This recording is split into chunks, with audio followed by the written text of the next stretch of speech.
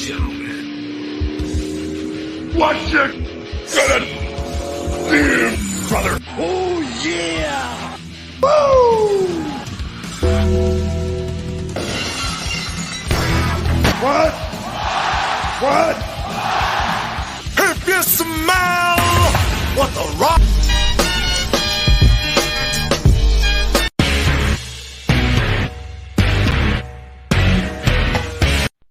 You got the wrong guy. I'm the dude, man. Welcome to Around the Turnbuckle. I'm the Big Albowski. Conspicuous by his absence is Professor Keith. He is on location in parts unknown. But right now, right here live, man, I got a treat for all of us here in the States. Over there in Switzerland, there's a dude named Buck Beaver, and he's with me live here right there. How you doing today, man? Howdy out there, and hello to America and the rest of the world. Big Albowski, I'm really thankful for that interview. I'm doing great. How are you doing, man?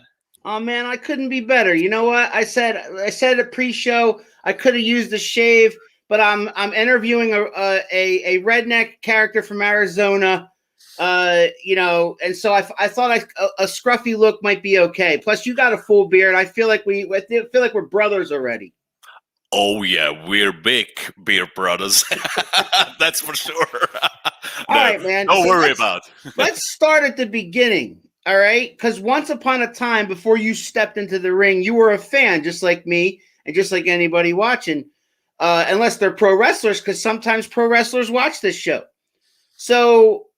Take us back to that moment where you fell in love with professional wrestling. I think that's no new story for a lot of people because, like here in Switzerland, on late night shows on sports channels, I think it was a Euro Sports.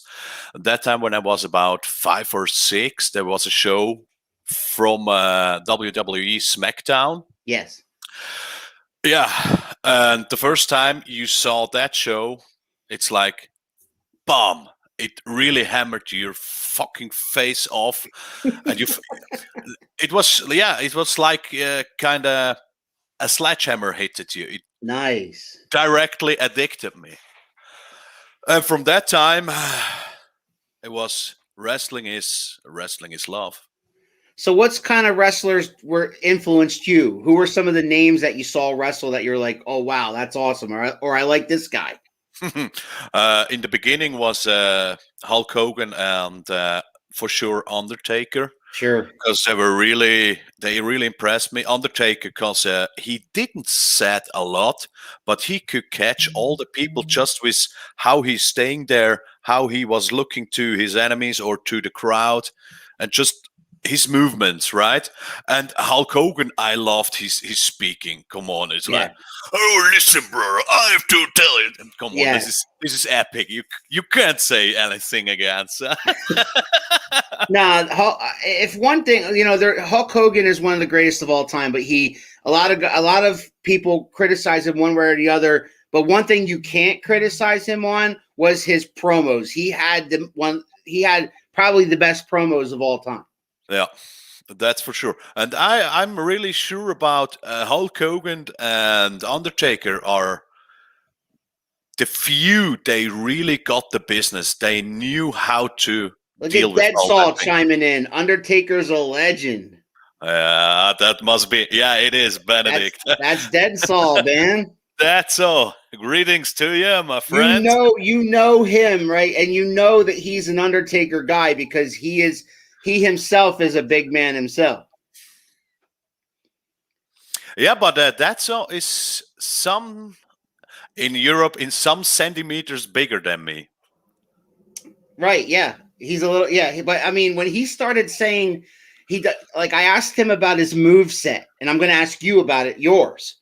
But I asked him about his moveset, and he said, oh, I like to do a choke slam. I like to do a big boot. And I'm thinking, and then I said, how big are you? And then he told me how big he is in centimeters. And I'm like, I didn't know what that meant because we don't do the metric system over here.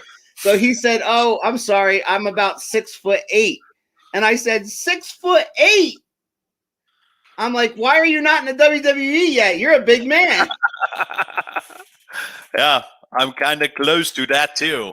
There I'm you about go. 6.30, I think. Yeah, I think you guys need to get over to the UK, knock on the door to NXT UK, and just walk in and just own the place. Like you guys could be a tag team, like the Swiss Invasion Army.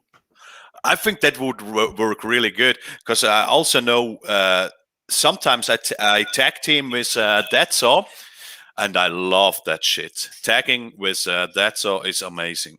That's awesome. That's awesome. Okay, so how old were you and when did you start training? Who were some of the people that trained you? I started about when I was 29 or 30, around that. It is about 3 years ago.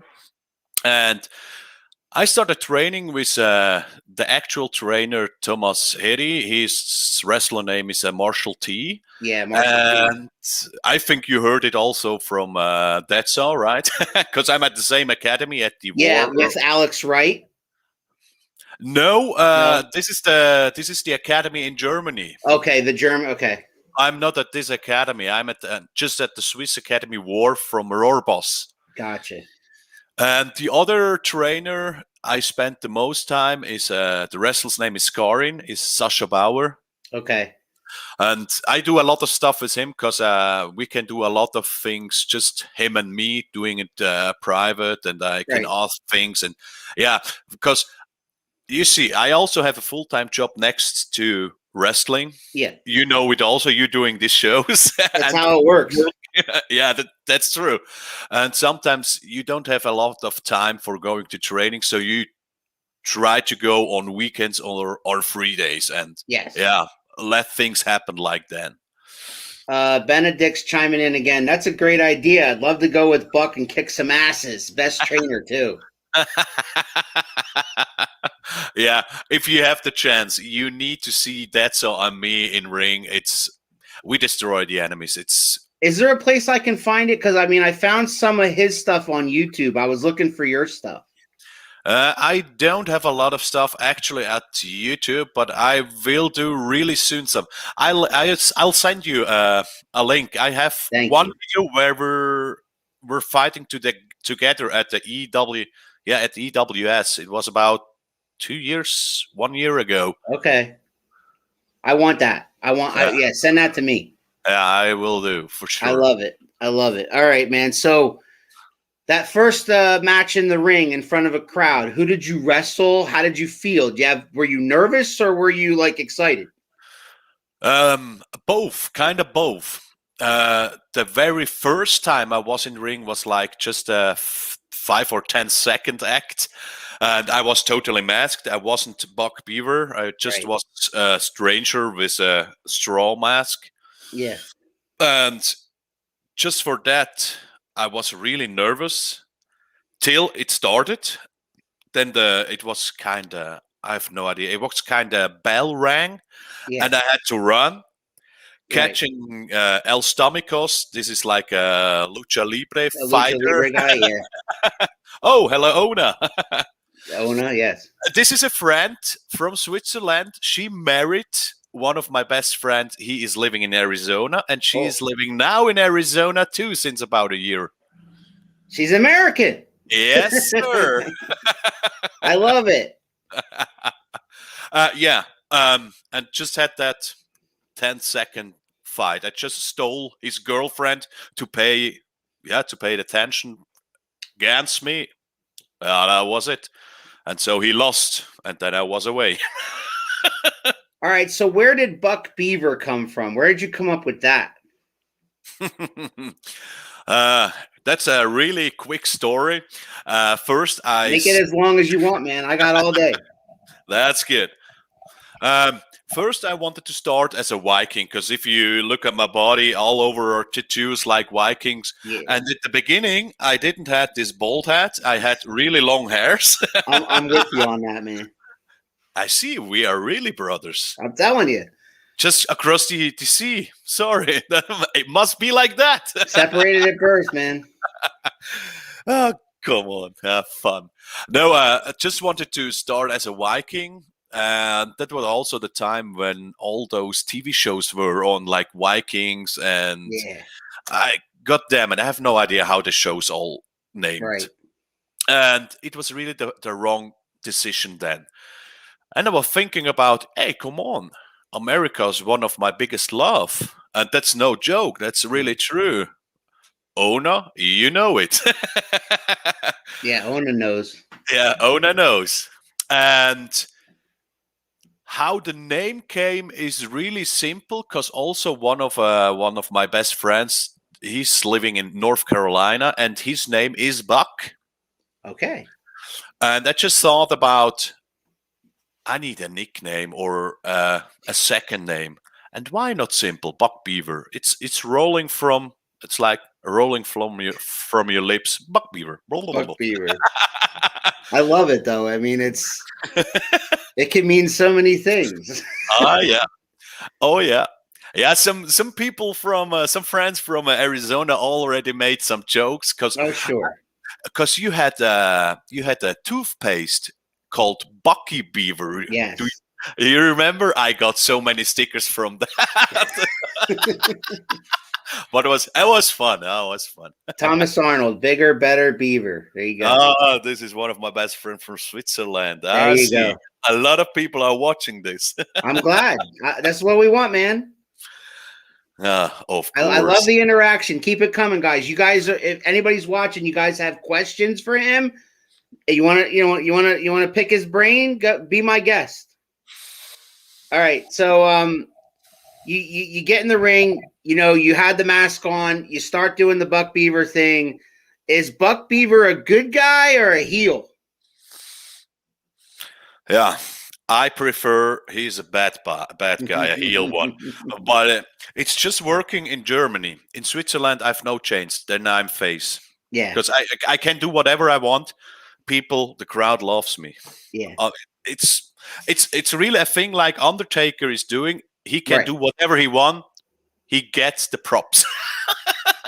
You mentioned that pre-show. Undertaker can just stare at people. Yeah. And he doesn't even have to say a word. No.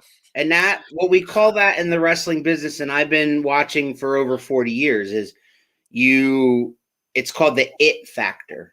Yeah. The guy just draws you out of the screen with his looks. He can look at you dead in the eye and just have this look.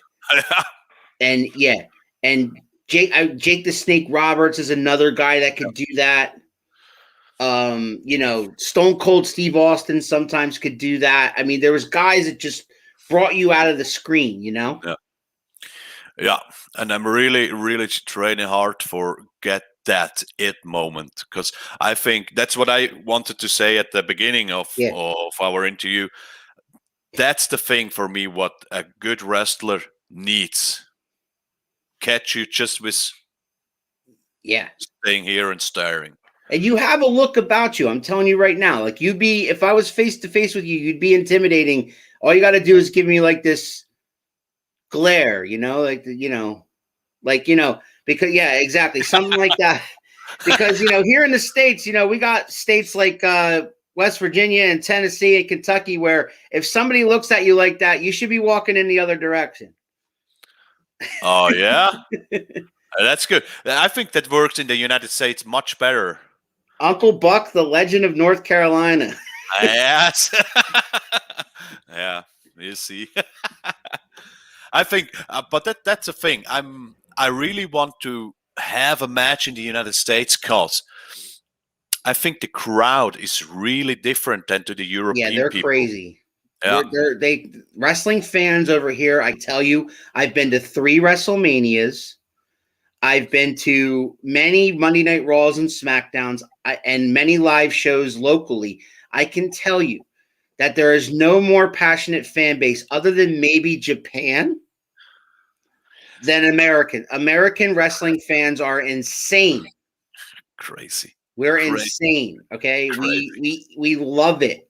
Yeah. And the cool part about meeting guys like yourself is we're meeting people who are doing this and trying to do this for a living. So we have to live through you. We have to watch you, do this in the ring and just like live vicariously through you. Like that's how we love wrestling. but we also get to see the passion that you have for wrestling. And that's exactly the thing I want to see and I want to feel and I want to give in that fucking business. We have good crowd here. I don't want to be mean in some kind of way, but yeah, I just see a difference between Swiss people and German people. Right. Germans really are more crazy than Swiss people. The I Swiss imagine are like, yeah. what's good? That was very good. Excellent. Very good. And you're staying in the fucking ring and thinking about, okay, I did a fucking suplex from the third rope. I think I should get minimum holy shit or a thing like that. At least a holy shit chant. Yeah. Right? yeah. Oh my God. No, they're okay. I like it, and that's a good thing. If I do some shows in my home base where the academy is, a lot of my friends are visiting me, and I really thank all my friends for the support. You're always coming to my shows, and they're getting loud, and that's a thing I really miss when they're not coming, because they're getting close to the American crowd. Like, they're loud, they're cheering, they're booing or whatever. Or, fuck you, go away. Yeah, and I think that's what I saw in the TV when I was in the first connection with wrestling, was a wrestler can't be that good if the crowd is not connected with him, because he gets lame. Sorry. You see it at the moment, actually, WWE, it's not the same without crowd. Yes. It's really hard to see that. Yes. Listen, like I said, I've been in that crowd and I've been watching on TV since I was a little kid. It's so different when they used to play off of the crowd. You know, if you're a heel, you want them to boo and then you turn around and tell them to shut up or something like that. You don't have that right now. Even with the Thunderdome, even with the WWE right now with the Thunderdome, you don't have that crowd interaction. You don't have spontaneous chanting. You don't have, like, you know, saying, you suck, you suck, you suck. You don't have that. It must be really hard as a performer to still do what you normally do without that feedback, right? Yeah, exactly. And that's a real big chapeau for doing this. It's business. It's their full-time job. I, for myself, it would hurt the whole time staying in ring and just trying to interact the emotions. They almost have to pretend there's a crowd there. But it's not the same. Right. We had some tapings here also, and all your friends and wrestler and other athletes are staying around in the background and trying to do some noise. Yeah. But that's the thing, and you feel it's not the same. Because the fan has the emotion, like you explained. He tries to get and live through you. And that's wrestling is awesome. Come on. There's nothing like it. Ona says again, Buck Beaver would fit perfectly in the U.S. We got to get him over here ASAP. Bring it, my man. Bring it. Bring it to the States. Yes, sir. Bring it to the States. I got a couple of friends who are promoters. Will book you in a minute over in Pennsylvania over here. That's good to know. So I think we need to talk about that later, man. Oh, that's serious. Absolutely. Yeah. It depends how far you want to go, because if we're talking just coming from that Swiss and German scene over to the American independent scene, it's not, it's not WWE. So, I mean, you'd be going in there and paying your dues somewhere. That's no big deal. That's experience. Yeah. I love experience too. Is WWE the ultimate goal? And how much do you pay attention to the WWE? Do you watch it? At the moment, no, not I just follow some highlights and watching the big events. Not every Monday night or Raw, SmackDown. I don't care about anymore for the full length, because it's too much. Because you got 2 hours on Monday. For Raw, you got about 3 hours, I think, or Yeah, four. it's 3 hours on Raw and it's 2 hours on SmackDown. And that's I can't handle it because after work I need to get home preparing and training. Is also I still do fitness. That's true. I got an arrangement. That's good. Sure. And that's not good. Not a lot of time left, and I definitely don't have time to watch 2 or 3 hours. I understand that. Now, do watch? You said you watch the big events. You watch like the pay-per-views. Yeah, right. Like Elimination Chambers or WrestleMania or whatever is coming next. Especially also Royal Rumble is something I really love. Oh, that's my favorite. Yeah, I love the Royal. Yeah. The difference. Here's a great thing to say. The difference between Royal Rumble this year, 2021, and last year with the crowd. Can you imagine if Edge came back this year instead of last year? Totally different. I think it won't work like it did. They lost their minds. Yeah. You saw it. They were crying. They were totally. I was in shock. The man said he'd never wrestle again. I was like, yeah. And I love that. I love that. It gives me goosebumps just thinking about it. I love that. Yeah. Thomas is chiming in again. I don't know what that is, but you know what that is. Bin the Bee, he's in. He's like, if I'm going to the United States, he will get over with me. Oh, heck yeah. He's in. He's always talking about if I get over to the United States, he will be my manager. So Anthony Joseph is one of my friends. He goes, woo! Oh, as in like Ric Flair. Yeah, right. Hey, hello, Anthony. Yes. Good evening. So how do we? Where do you go from here? Like, how do you see yourself getting from where you are to the States? Like, how do you make that happen? I don't have a real plan how it works. I just I tried like this. I go to several shows in different countries, and I want to go as soon as possible. Like you now said, if I get connections to some promotions in the United States, I will as soon as possible go there for independent wrestling. And I love to start in every country as independent wrestler because you then get the best. My thought is you get the best experience then because you're a wrestler, but you're also like the man by side. And good friendships, that's a thing I learned here in wrestling a lot.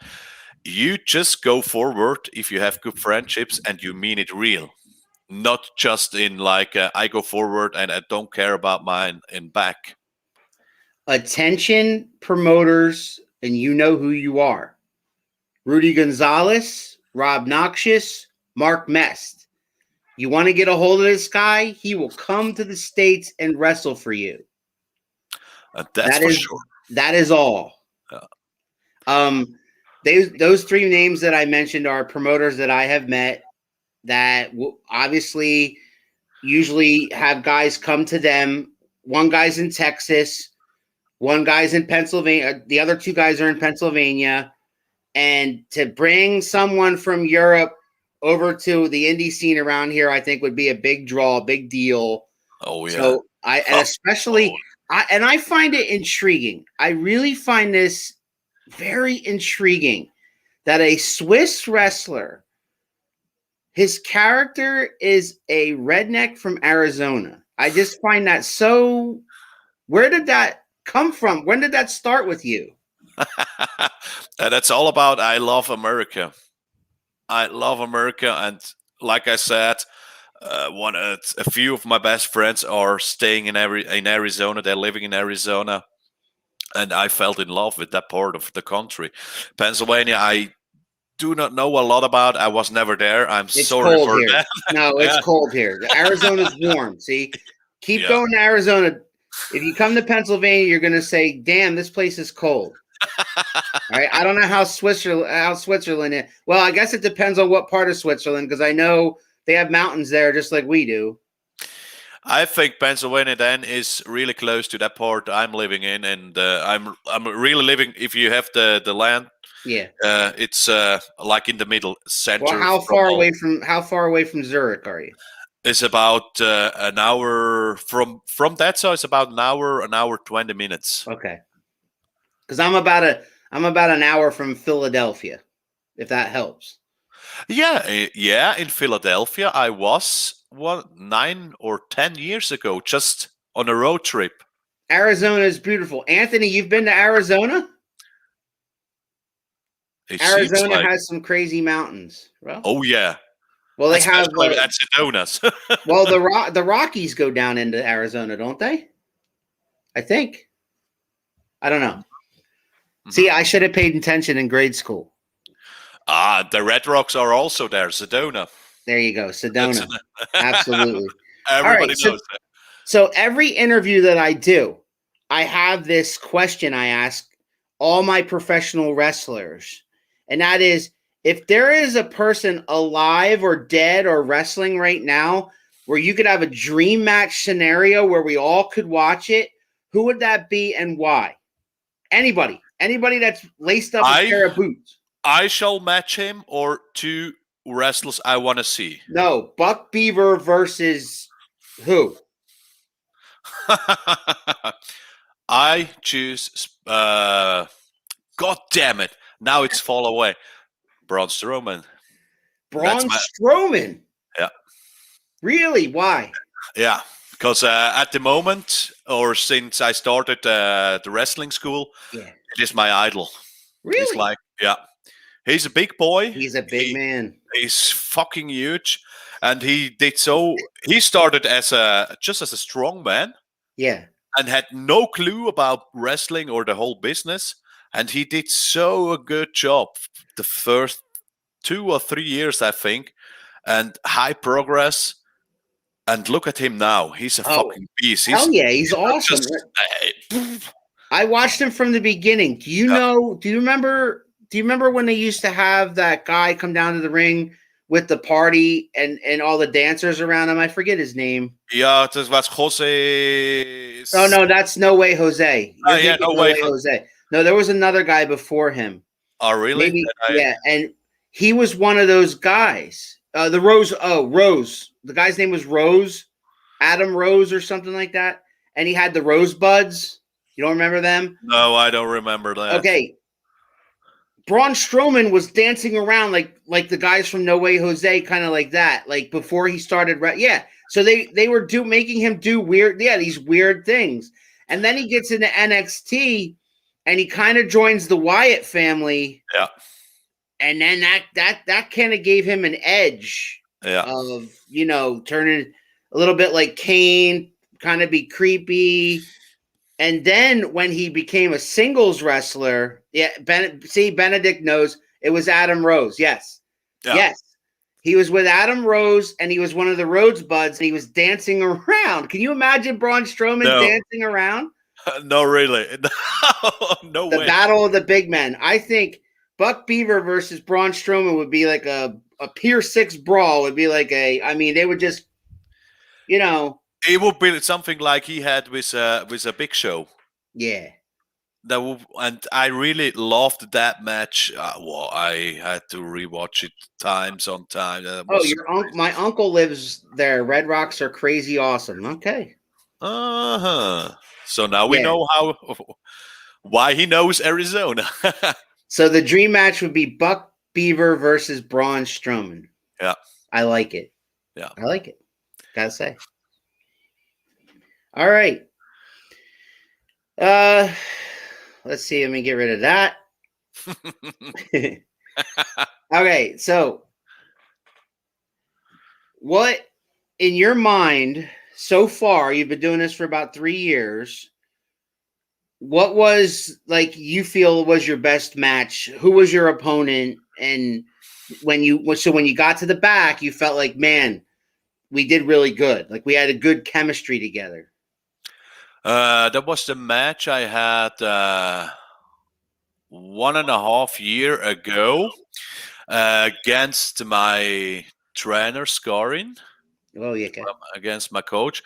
And we really tried and we got it to do a brutal, hard fighting match. It was like he's a Viking warrior. Okay. He's not that tall than I am. That's a good point. But he's also really has a lot of muscles, and he's a good athlete. Right. And so he really looks like a professional street brawler from the body. Okay. So, to imagine. And we had a really hard fight. We were about 14 or 15 minutes in ring time, and we had a fight. It was from the first minute. It was like we beat the hell out on each other. Nice. It really was like I said, with the suplexes from the third ropes, with he brain busted me, and things like that, and crowd really was what the hell happened, and nobody was sure who is now gonna win, because we could get it like. It seems like I always had the top moments. Yeah. I get over because he tried to smash me with clotheslines, with flying arms, with his double-handed smashes. And for me, it was the most time it was like, yeah, come on, try again. Okay. And then I go into choke slams, smash him. He gets out. And I go again. Then for suplexes, he goes away. And he's dodging. And it was awesome. What was what is your finisher? How do you end a match? I have no idea how you call that in English, but I stole kind of it from a movie legend here from Europe. I really love him, this man. It's called Bud Spencer. I don't know if you know that name. Mm-hmm. And he has like a thing. It's called the in English translated, it's a steam hammer. It's like I'm going with my fist from top on the head. Yes. And my enemy is sitting on his ass. Yeah. I'm going down while he's sitting and going for a suplex. It's like his ass is then up here on my shoulders. Yes. And then tack. It's just one motion. Smash, get in from the ground up here, and then whoosh. So you stun him. Yeah. You pick him up and you drop him on the back of his head. Right. Got it. It's like steam hammer connected with So is there a name you call this thing? Yeah, for me it's just like the steam hammer. Just the steam hammer. I love it. Buck Beaver does the steam hammer. It's a steam hammer. So do you know when you're wrestling next? Are you scheduled to wrestle anytime soon, or is the pandemic kind of slowed things down over there? I have no fucking idea, because government is still on the red light for doing full contact sports. Also, gyms are still closed. They're just discussing end of the month to reopen gyms, but contact sport still not allowed. So I'm not sure, but I'm pretty sure if I get the chance to get somewhere in another country and I can travel there with no restrictions, here, hire me. You see down is my Instagram. Follow his Instagram. Get him, baby. Get him, baby. I'm telling you, you and Ben need to pack your bags and go to England and knock on the door at NXT and said, "Hey, we're here." Yeah. And if they give you a tryout, great, because you guys are big men. They're going to take one look at you and be like, "Okay, let's see what you got, kids." Yeah. And I'm telling you, because most of the guys that wrestle over there in Great Britain are small guys. You guys are not small guys. Okay. No, no, really. I also asked Ben about this. What do you think of Cesaro? I mean, what do people over in Switzerland think of Cesaro? They don't really know him as we do. You know more about than our Swiss people do. Really? Yeah, because he's not a big number here in Switzerland. Because wrestling is not popular here, and that's sad. Right. So that's why I think that's probably why you love America, because of how popular wrestling is over here. Oh yeah, that's just kinda. I loved wrestling. I loved America before wrestling because beautiful people, beautiful country, amazing vibes. When you're over in this when you're over visiting the States, what's your favorite thing to eat here? Barbecue, sir. I love barbecuing. We Doesn't just matter are we what. just talking? Are we just talking like ribs? Or are we talking like barbecue sandwiches or what? No, yeah, we're talking about ribs, about lamb racks, and come on, big fucking meat. Yeah. That's a thing. Yeah, like that's like the rednecks do, or smoker. Oh, smoke. Everything's big. Listen, I was in Texas one time, okay? And Okay. the joke is that everything's bigger in Texas. So I Then in went Pennsylvania too. so I yeah, so I went into a restaurant down there and I ordered a hamburger. Okay? Now our hamburgers in Pennsylvania are like this. Texas burgers are like that. Okay, I had to like get a hold of this sucker. Hey, come on, that is like. Yeah, and it's amazing. Amazing. The closest thing we can get to big meats in Texas in Pennsylvania is a place called Texas Roadhouse, which is a restaurant that's a chain here in Pennsylvania. Yeah.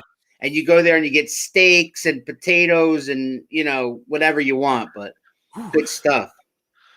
Yeah, god damn it. Ona likes Wendy's. You like Wendy's? Yeah, I was many times when I was in Arizona at the They just opened up a new Wendy's in my town. So I get over. Just hold on. I go grab my passport. Man, I'll tell you, the Wendy's, the Baconator. My wife loves Wendy's. Wendy's the Baconator. That's where it's at. The Baconator. I had that too several times. Come on, everything is better with bacon. Absolutely, absolutely. Nothing is without bacon. The world will be lame. Yeah, it's really sad. It is. It's one. That's one of those things. I'm trying to go on a diet. I'm trying to try to lose weight, but I can't give up bacon to save my life.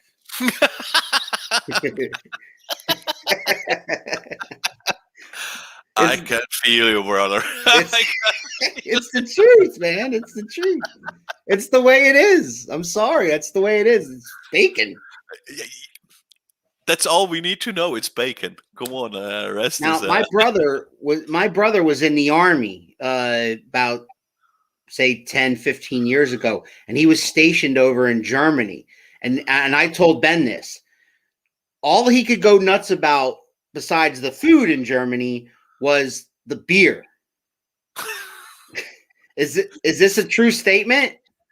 Yeah, because Germany is not a bad kitchen, but it really. You need to know where he was in Germany, because if he was in a part called Bayern, where Munich is, it was near Munich, I think. Then he had the chance to get something cool. That's called the Hoxen. That's a big rack of meat. It's like the leg. Yeah, but he would talk about the big beer steins that are like this big. From the Oktoberfests. Yes. Yeah, the 1 liter beer. Amazing. We don't have that in America. Do you understand? Yeah. Like, I don't understand. Why? We don't have it either here. We have mugs. We have mugs, like our 20-ounce mugs, or we have pitchers. I want to say, you got pitchers, so we got pitchers, but I mean, we don't got big styles, like, it doesn't happen. And did he also told you they have something that's called drinking beer out of a shoe? Because they also have the big glass. Yeah, what's with that? Formed like a shoe. I don't know the story behind that, but it's interesting to drink. If you meet somebody, he never had that, you give him this and give him the last few zips. You're right. Because you need to do it specially. Otherwise, the rest of the beer will waving in your head. Right. You need to drink, and if the shoe is like this, at the end you need to turn around for the air pressure. It's like I need to do scientific. Yeah, I drank a lot of beer in my past too. So nice. I told you we're brothers. I'm telling you. Yeah. What do Okay. you think about whiskey? I really love whiskey. Well, my favorite is Jack Daniels. Yeah, I love Jack Daniels. There is another one from Kentucky called Maker's Mark. Oh, I don't know that. I just know something that's also called Southern Comfort. Southern Comfort. Yeah. I always have a bottle of Southern Comfort here. And another one there, if you want to get drunk very fast, is called Crown Royal. Or if you have a toothache, it'll take care of that too. Ah, yeah, I know that. My buddies from Arizona showed me, Crown and Royal. we drank that. That thing is really, Yeah, that's yeah, crazy. That's that kills crazy stuff. it kills you. Both are really delicious, Big Al. Yeah, absolutely. Is he booing? Is Thomas boo? Is that a boo? Yeah, he likes whiskey coke as me, but we are always in like we have two fronts because I'm the Jack Daniels drinker and he's the Ballantines drinker. Okay, well, but you still mix it with Coke. Yeah, You said Jack and Coke. yeah. Yeah, that's what I do. But I mean, I'll do a shot of it, whatever. Oh, it doesn't matter for me too, but I really prefer like doing it. But that's the thing I really loved in Arizona. Here you don't get it like this. If you have the glass, Yeah. and in Switzerland it's like this with the whiskey, Yeah. and the rest like is Coke. Right. And we got about 3 or 4 ice cubes in, no more. And in the United States, it was like you have that fucking glass, they filled it with ice, and then half of it minimum with fucking whiskey, and then Yes. whiskey, and it was like We don't mess around, man. We don't mess. We don't mess around. it's. Oh, he's all about the Valentines. There it is. I saw that. Amazing. Oh, No, man, but yeah. How did we get from talking about wrestling to talking about whiskey? I want to know what happened. I can tell you because Buck Beaver is a redneck. That's all about whiskey too. That's the solution, my brother. Stone Cold Steve Austin does beers and Buck Beaver does shots of whiskey. Yeah. Oh, better not. Otherwise, it was like, yeah. I love it. I love it. Book this man, guys. Follow him on Instagram at Buck Beaver Official.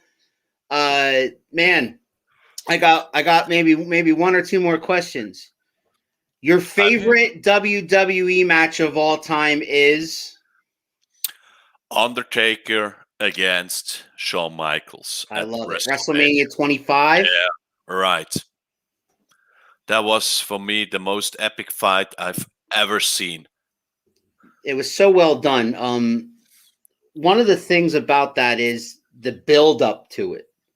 They don't seem to do that anymore. They had weeks to build it up where Shawn was getting in his head and trying to flip-flop. What the Undertaker normally does is get into your head, and you see thunder when you're wrestling, you hear sounds, and you know, oh, he's coming for you, right? Shawn Michaels tried to flip-flop that, and he tried to get into the Undertaker's head, and it was really cool. Yeah, I really like that. I think that gave the whole situation, the whole story, a big double on the line for it. And then it was the in-ring work itself. They were both in their prime. Yeah. It was perfect. It was just as perfect a match. Yeah, that you really saw that the vibes, it harmonized like I've never seen again before or after. And then they did it in WrestleMania 26 again. Yeah, that I didn't got it. I didn't saw the whole match there because I started to watch and it was from the beginning like you've already seen it. Yeah, why? Yeah. Why will you do that? Yeah. Excuse me, Mr. McMahon, but don't do this. Is there any current stars that wrestle now that you like besides Braun Strowman? Yeah, I love Big Show a lot. I read he changed to He AEW. went to AEW, yes, but Yeah. he's gonna be more producing, like behind the scenes stuff. Yeah, and I think he's like doing some speakings and things like that. Yeah, Yeah, but it's sad too. But yeah, he was already retired, right? basically. I Yeah, mean, he could still go. yeah. He's But in the best shape of his life. I mean, he always used to have a gut on him. Now he's got Yeah. He's got a 6-pack. That's a big thing. I really was like, holy shit, you Yeah, have. he worked hard on that. Yeah. But How do you feel about Roman Reigns? I don't like him that much. I think No? it's more the thing like all the Samoans. That's nothing against the Samoans, but after The Rock, there were so many of them, and they were the most time they were pushed. For me, totally don't understandable. Right. I don't get it because he is not. He's doing a great job. Yeah. The crowd is loving him, but I want to see Cesaro. I think he would get it better because he's a fucking genius in the ring. Listen. As fans, I can tell you that my friends and anybody I talk to about wrestling over here has said for many years now that Cesaro needs a big, huge push because his strength is unmatched. Yeah. His ring technology is unmatched. Yeah. He's a character that doesn't even have to be a character. He's that good. Yeah. And why is he not in the championship scenario? I don't know why. And that's all over here also. We're talking about things like that. Why? He has everything. Everything. Yes.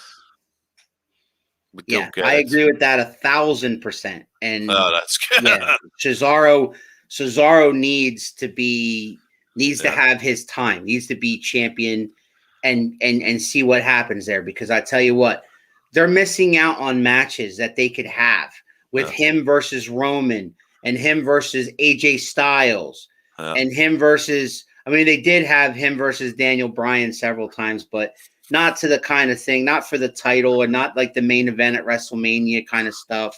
Yeah. Then that's where Cesaro, a few years ago, he won the Royal Rumble, and I thought, okay, here we go.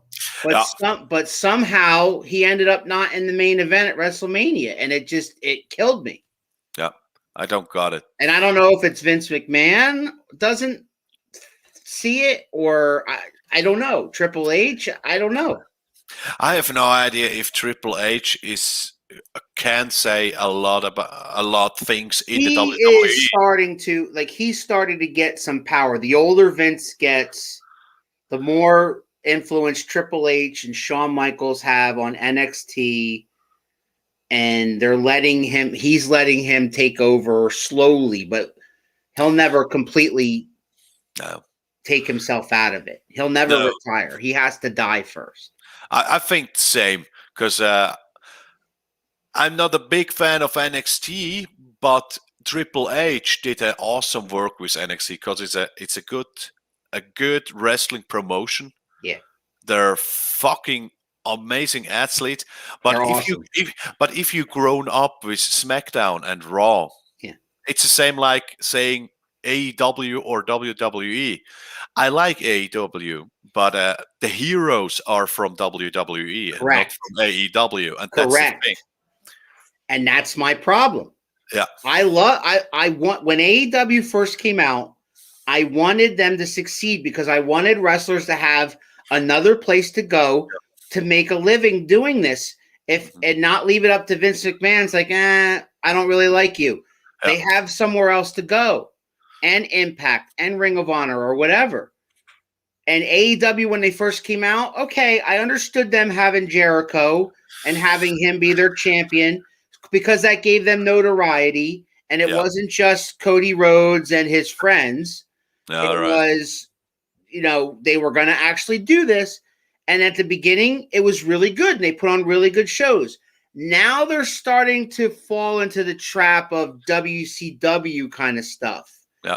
And they're starting to just kind of regurgitate stuff that we've already seen and stuff that now they want to compete with Vince McMahon, and you're not going to do that. And that's a thing also, I think, especially doing so many shows like the Dynamite, not Dynamite, the Dark and Dark, blah, blah, blah. Right. And the main events also. And they're starting to going the same way like WWE doing. They're watering themselves down. Yeah, and you can't do that. I understand. You need to pay their loans. That's. Yeah. I agree with that. But I think there will be another way than just doing like everyday shows. See, I think the biggest problem they have is they have too many hands in the basket. Yeah. You know, there's not one guy writing everything. There's Omega, and there's the Young Bucks, and there's Cody, and they all have their hands in the cookie jar. And what you need one guy steering the ship. Yeah. And keeping everybody, you know, because the way it's run right now, you have too many opinions. Yeah. And that's exactly the thing. So I got one last question for you, my friend, because I try to only take up an hour of your time. And that is, I'm going to flip the script right now. And Buck Beaver is interviewing the Big Albowski.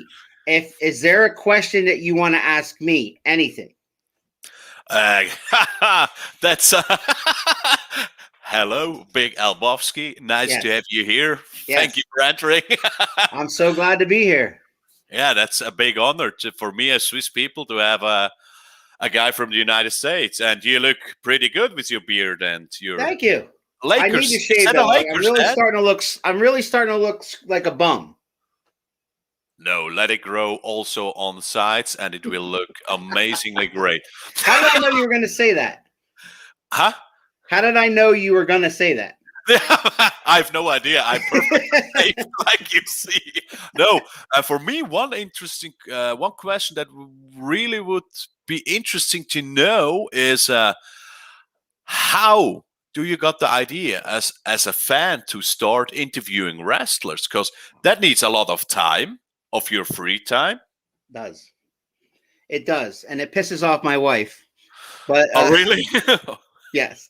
But at times, not all the time. She does support me. She makes flyers for all my guests. But it does take a lot. It does take a lot of time. I research every guest. I try to see some of their actual wrestling matches if it's available to me. I do a lot of research. So by the time I get to the show itself, I know a little bit about the person, and then that in turn makes them respect me that I actually took the time to do that. Yeah.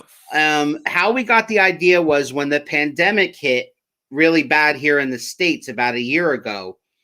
My friends and I started this thing as just a place for us to come on and talk about wrestling. It was just going to be us talking about WWE, AEW, whatever was going on.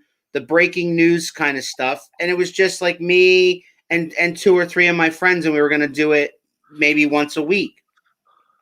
And what happened was through doing this, my brother, who is friends with a local wrestler, he said, "Hey, would you consider having a guest on your show to interview?" And the wrestler's name is Brickhouse. And I said to him, "Oh, yeah, I'll have him on. Like, where does he wrestle?" "Oh, he wrestles in Quakertown, Pennsylvania, blah, blah, blah." So I got in touch with this Brickhouse, and I asked him if he would come on. And he's like, "Oh, yeah, man, I'll come on. Yeah, we'll talk wrestling. We'll talk about my career, things like that." Well, that started it all, having him on the show. Then he's like, "Hey, I have a friend also who wrestles. Would you like to have him on?" And it snowballed from there. Yeah. And then I met a guy eventually named JT Funk. I saw that on the Dead Saw interview with you. Yes. You talked with him or about him. And JT Funk is a kid who's been wrestling 3 or 4 years now. Yeah. And he's trying, just like you guys over there, he's trying to do the same thing over here. He's wrestled all over the country. and he's down in Florida a lot trying to get himself into NXT and make the dream happen. Meanwhile, he has stayed friends with me for having him on the show. He has friends from all over the country to getting in touch with me to be on the show. So then he somehow met Benedict online, and he talked to him, and he thought to himself, wow, wouldn't it be great if Around the Turnbuckle had somebody from Europe? So I was like, that would be awesome. So then he got Benedict in touch with me, and we had Benedict on, and then Benedict got in touch with you. Yeah. And here we are. Amazing, man. And I love it. I love it because it's not like I'm doing this where I'm getting paid. It's not like I'm doing this because of any other reason but the fact that I love the business. Yeah. I love being some kind of a part of it. And I love giving guys a platform to come on here and tell people your story so that if one person sees it and says, I want to meet that guy, and you end up getting booked somewhere, that's a dream come true for me. Yeah. That is a dream come true. That if we are a small part of your success, I would love it. And I would be front row. If you ever wrestled here in the States, I would be front row ringside just to tell you I support you, my man. And I will, if I'm ever sooner or later, I will be in the States. That's for sure. Yeah, you have to start saying will be. It will be. I wanted to say that. Sometimes translation in the head is horrible. It's all that whiskey, man. Okay. It's live. Okay. Oh, God damn it. No, we have a lot of fun. I enjoy really. Oh, good. I'm glad. That's what it's about. That's what it's about. And so we were just going to be a show about talking about wrestling, but now it's become a show where I interview wrestlers. Yeah. And the most famous one that I've interviewed so far is Stevie Ray from Harlem Heat. Oh, really? I know that name. He used to wrestle for WCW with Booker T. He was the 10-time tag team champion with his brother. And if you haven't seen that interview, you can go on my YouTube channel. It's on there. On the YouTube channel. We interviewed him like back in November, I think. I need to check that. Oh, it was great. I was trying so hard to be professional and not be like, oh my God, I'm talking to Booker T right now. Yeah. So people ask me all the time, what's the ultimate goal for this show? The ultimate goal for this show is to build a platform so big where I have so many people watching that when somebody comes on my show, if you don't know who they were when you were watching, you do now. Awesome. That's my goal. I would just, for me, it would be also interesting to know what is your future plans for this year, because I think Corona is somehow going down this year. The values will be better. It is. The vaccine's available. The vaccine is available here in the States. They have started to open up crowds in sporting events like hockey, like basketball, like baseball's coming up in April, starts in the spring. So we're going to start having fans in the stands. That means to me that we're going to start having more fans in the stands at wrestling events.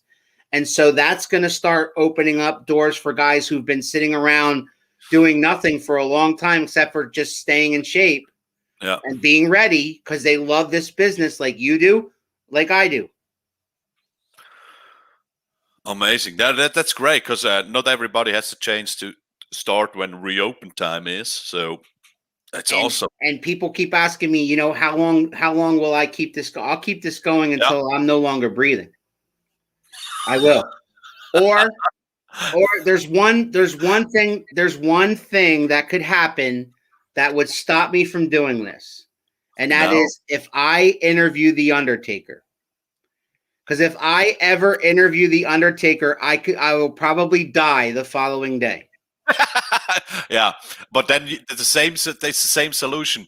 You do it till you're dead. That's it. That's it. Because I love this business. I love talking to you guys. I love hearing your stories, and I love getting your stories out there.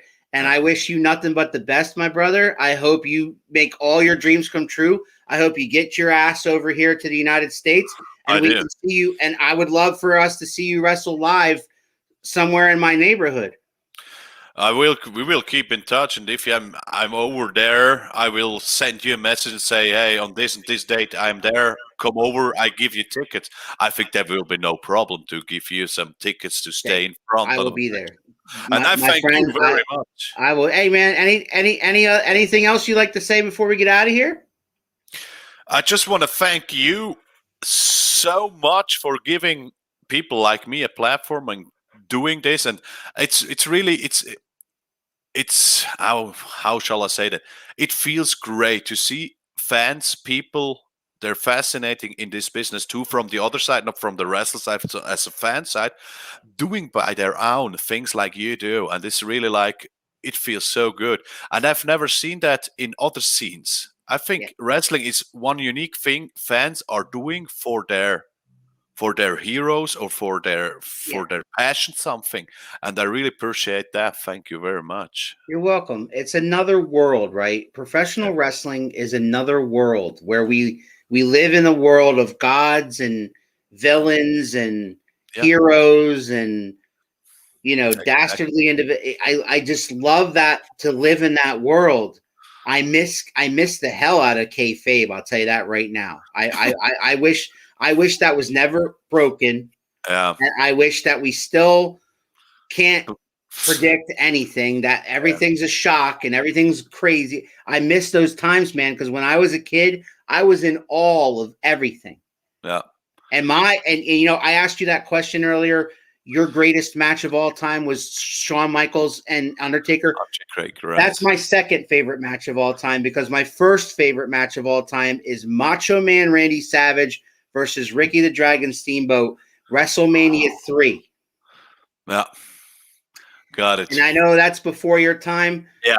But I tell you what, man, I love that match, and many people call it the greatest match of all time, but it was really, really good. And I was a big mark and still am for the Macho Man. When he passed away, when I got the news that he was in a car accident and he died, I had to pull over and cry as if I lost a member of my family and cry. I had to cry. Yeah. It was terrible. That. And I know he was 60 years old, but it doesn't matter. It hurt. It hurt when I heard of him that he died. God damn it, he's a hero. He's gone. And the same thing will happen. The same thing will happen with Ric Flair. God rest him. If something happens, and Hulk Hogan. I mean, these guys I watched for so many years. And when Undertaker even retired, Undertaker retiring was hard. I know he has to, because he can't do it anymore. But I mean, I know that deep down he wants to do it. Yeah, but that's a business. But it's so beautiful. It is. You can't do it forever, man. But you're just off and running. Get your ass over here to the States, and I hope I see you again. I hope I see you again soon. All right, Same guys. Here. Around the Turnbuckle is tomorrow at 6:00. We got local wrestler in Pennsylvania here, Steve Wilson. The Professor will be back as my co-host today. I've been talking to Buck Beaver from Switzerland, and he's coming over to the States to kick some ass, take some names, and maybe toss back a few whiskeys. Hey, don't go away when we go off the air, okay? Don't go anywhere for a second. And I'll see you guys all next time, tomorrow night, 6:00 p.m. Eastern Standard Time on Around the Turnbuckle. Ladies and gentlemen, what you gonna do, brother? Oh, yeah! Woo! What?